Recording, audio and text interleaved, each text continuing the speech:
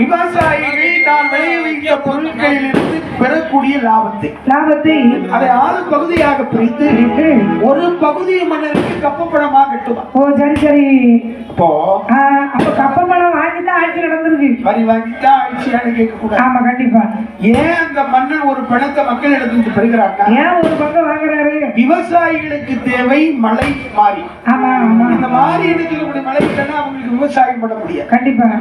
மழை இல்லாமல் பஞ்சம் நிலவக்கூடிய நேரம் இந்த மக்களிடத்திலிருந்து பெறப்பட்டாரே ஒரு பணம் கப்பமாக அதை அதே விவசாயிகளுக்கு செலவழிப்பார். ஓ சரி சரி. பஞ்சாயம் முடிச்ச நேரத்துல அது மக்களுக்கு தான் கொடுக்காங்க. இதுதான் ஆலயம் கடமை. அசையாத மணினா என்ன அர்த்தமே? ஆலயத்தில் கட்டி இருக்கக்கூடிய மணி அது ஆலயம். அது ஆலய மணி. அரசனுடைய சபையில் கட்டி இருக்கக்கூடிய மணி அது ஆராய்ச்சி மணி.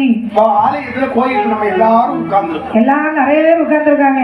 நிறைய பேரு பாட்டு பார்த்துட்டு இருக்காங்க. நிறைய பேர் கோயில பார்த்துட்டு இருக்காங்க. எல்லாரும் சாமி எப்ப வரும்னு எதிர்பார்ப்பு. ஒரு எதிர்பார்ப்பு இருக்குங்களா? அப்படி இருக்காங்க இல்லையா? அப்படி இருக்கும்போது திடீர்னு மணி அடிக்குது. ஐயோ அப்ப என்ன பண்ணுவா? நேர எல்லாரும் சாப்பாட்டுல இடம் பிடிக்க போவோம். இந்த நக்கல் வேண்டாம்னு சொல்லி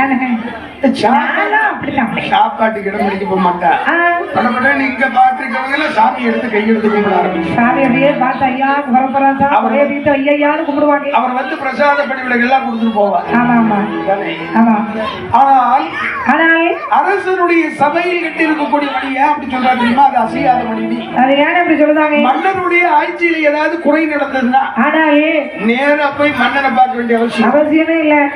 மணியை போய் அடிச்சுட்டா உடனே மண்ண ஆளு விடுவாரு. சும்மா இருந்த மணி அடிச்சது யாரப்பா? அட்டாக் மணி அடிச்சது யாரப்பா? அது அட்டாக் மணி அடிச்சது யாரு? இல்ல ஐடியா மணி அடிச்சது யாரு அப்படின்னு கேட்பாங்க. அந்த என்ன பிரச்சனையோ அந்த பிரச்சனையும் மந்திரியே தீர்த்து வைப்பார். கீழே இருந்து மந்திரியை பார்க்கணும், தளபதியை பார்க்கணும், அங்க போகணும், அங்க போயிட்டு மேல போகலாம். கீழே இருந்தே கொடுத்துருக்கணும். மேல இடத்தை பார்க்க முடியும். ஓடி போய் மணி அடிச்சுட்டா போதும். சும்மா மணி அடிச்சது யாருன்னு கேட்டுருக்கா? இந்த அதாவது 2 மண்டலுடைய ஆட்சி காலத்துல அந்த மணி இது நாள் வரையும் அசைந்தது இல்லை. அடேங்கப்பா. இதுல இருந்து பார்க்கும்போது உனக்கு என்ன தெரியும்? அந்த மணிக்கு நாக்கு இல்லைன்னு தெரியலே. கடவுள் அந்த மணிக்கு மட்டுமா? அதானே உலகத்திலே மணின்னு பேர் வச்சிருக்கோம். அவ்வளவு பேருக்கு கழுத்த சுத்தம் நாக்காதான். நம்ம வில்லு மேலையில மட்டும் 3 மணி இருக்கேன். நாங்க எப்படி சமாளிச்சுட்டு தெரியுமா? எத்தனை மணின்னு தெரியுமா உங்களுக்கு? ஒருத்த அட்டாக் மணி. தம்பி கைய தூக்கு. கைய தூக்குடு.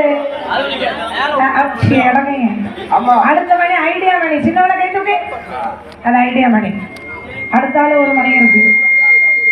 ஆமா அடுத்தால இருக்கக்கூடிய மணிக்கு என்ன பேர் வைக்கிறது எனக்கு என்ன தெரியும். ஆமா ஏன்னா அதுக்கு உச்சியில இருந்து உள்ளங்கால் வரைக்கும் வாங்கினே ஆமா. யாரு கேட்கறதுக்கு எல்லாம் அந்த பயலால வாடுறான். ஒருத்தரதான் வேணும். என்னைக்கு அவன் பேச்சு நடத்துறாரு அன்னைக்கு தமிழ வேலை முடிச்சு கண்டிப்பா. ராத்திரி 10 மணிக்கு அவனுக்கு போன போச்சுன்னா அவன் தெரிஞ்சுக்கிட வேண்டியதான். 2 மணி வரைக்கும் இன்னைக்கு இதுதான் நமக்கு தலையிடும். அப்படி அவன் நம்ம இடத்துல ஒரு 3 மணி இருக்காங்க.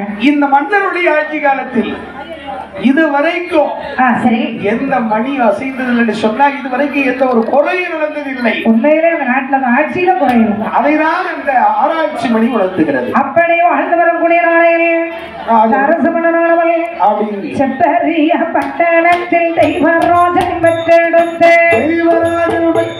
தேவி என்னும் மந்திரம் பூமாலை. தேவி என்னும் மந்திரம்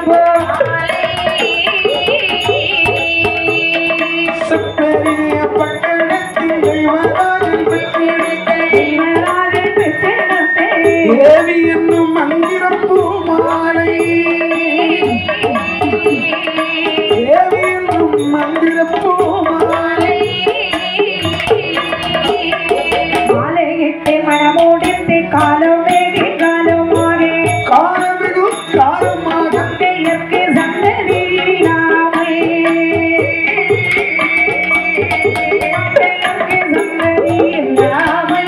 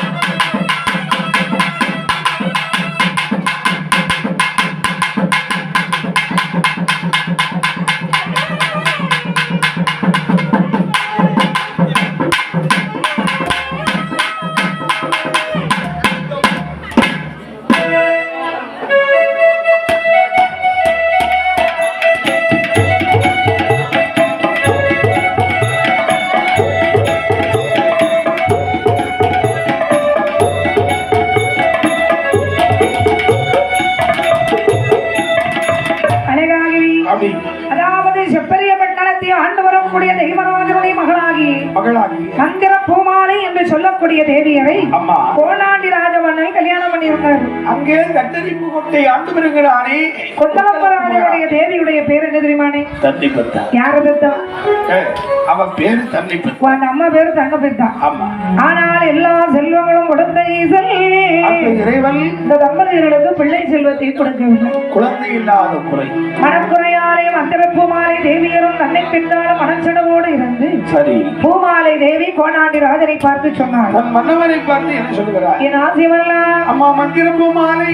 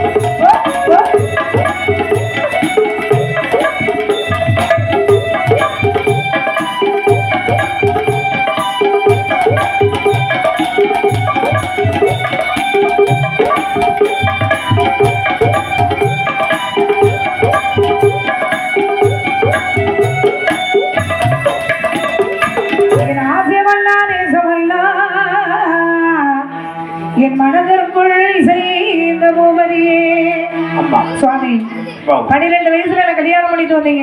தாலியை கட்டி இழுத்துக்கு நானே எரும மாட்டாத பசு மாட்டாங்க அப்படி இல்லம்மா.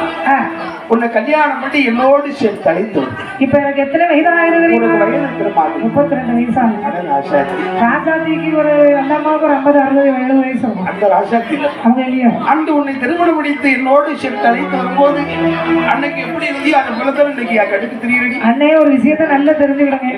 கல்யாணம் முடிஞ்சு புருஷன் பொண்டாட்டி வாழக்கூடிய வீட்டுல அந்த புருஷன் கண்ணுக்கு அந்த பொண்டாட்டி கல்யாணம் முடிஞ்சு சாகர காலம் வரைக்கும் இளமையா இருக்கணும். அந்த பொண்டாட்டி கண்ணுக்கு அந்த புருஷனும் சாகர காலம் வரைக்கும் இளமையா இருக்கணும். கல்யாணம் முடிஞ்சு 6 மாசத்து புருஷன் கண்ணுக்கு பொண்டாட்டி கிளவி மாதிரி அந்த பொண்டாட்டி கண்ணுக்கு புருஷன் கிளம்ப மாதிரி தெரிஞ்சாலும் வெயி அவன் ஏடு எழுத்தாடி பேப்பர் பெண்ணோடி தான் தெரியும். வேற குடி போகும் இல்லையா? என் ஆசைவன்னா 32 வயதானவர்கள் நான் முழுமலனாக இருக்கிறேன். 42 வயதானவன் நான் மலனாக இருக்கிறேன் மன்னவா. இந்த பாருங்க ஆல கொண்டோ ஈஸ்வரரே அம்மை சிவகாமி வந்தா அம்மை சிவகாமி வந்தா ஆன்மதனை ஒன்று தாராயோ ஆன்மதனை ஒன்று தாராயோ ஆலம் கொண்டோ ஈஸ்வரரே அம்மை சிவகாமி வந்தா அம்மை சிவகாமி வந்தா ஆன்மதனை ஒன்று தாராயோ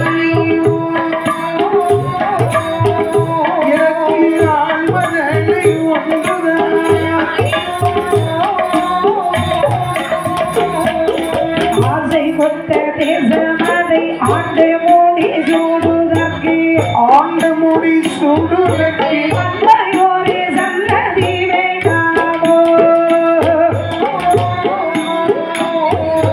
அம்மையோரே சன்னதி வேண்டாமோ